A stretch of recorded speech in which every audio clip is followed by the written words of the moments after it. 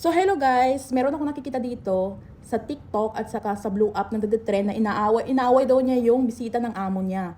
O bilang isang nani guys, mag 6 years na akong nani guys. Nung nasa Saudi ako guys, tuwing dinadala ako ng aking amo sa kanilang mga pinsan, nagbibisita siya doon nga, ganun. Ang ginagawa ng amo ko sa akin is huwag kang magtulong doon, huwag kang maglinis, mag-focus ka sa bata. O may mga ganyan na amo na bisita na sinasabi nila na mag-focus ka sa bata. Kasi nga, baka may mangyari sa bata, di ba? Mali mo, lumabas siya, nagtatakbo dyan sa labas. Alam niyo naman, kapag maraming bata, nagtatakbo, makukulit yan. Ma-slide, mahulog, ano man ang mangyari sa kanila is problema mo yun. Kasi ikaw yung nani niya, di ba? Ikaw naman na binisita na nani, dapat maintindihan mo. Kasi nga, mas importante yung buhay ng bata. Kahit natutulog man yan dyan, hindi natin namalayan, gumising pala at lumabas, ganun. O anong ginawa niya, pumunta sa CR, naglaro ng tubig. Maraming pwedeng gawin yung bata na yan kasi makulit nga yung bata. So wala tayong karapatang magalit sa bisita. Sabihan natin yung amo natin kapag hindi natin kaya.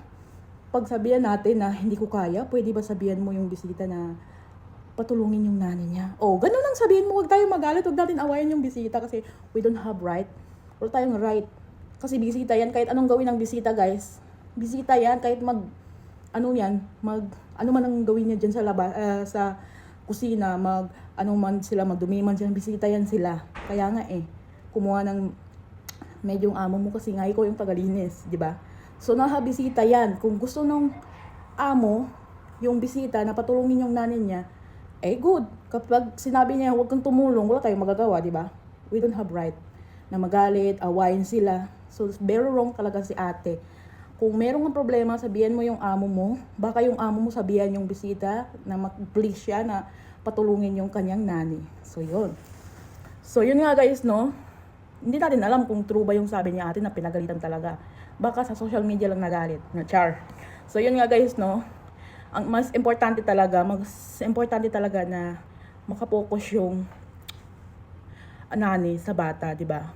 Mas maganda ganun. Ako very appreciate ko yung binibisita namin before nung nasa Saudi ako kasi sabi nila huwag ka na tumulong, mag-focus ka sa bata. Inahatidan pa nila ako ng pagkain sa loob. And never ko narinig sila na magsabi ng bla bla bla ganyan.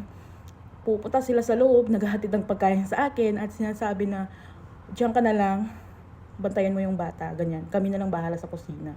O di ba? And that's all.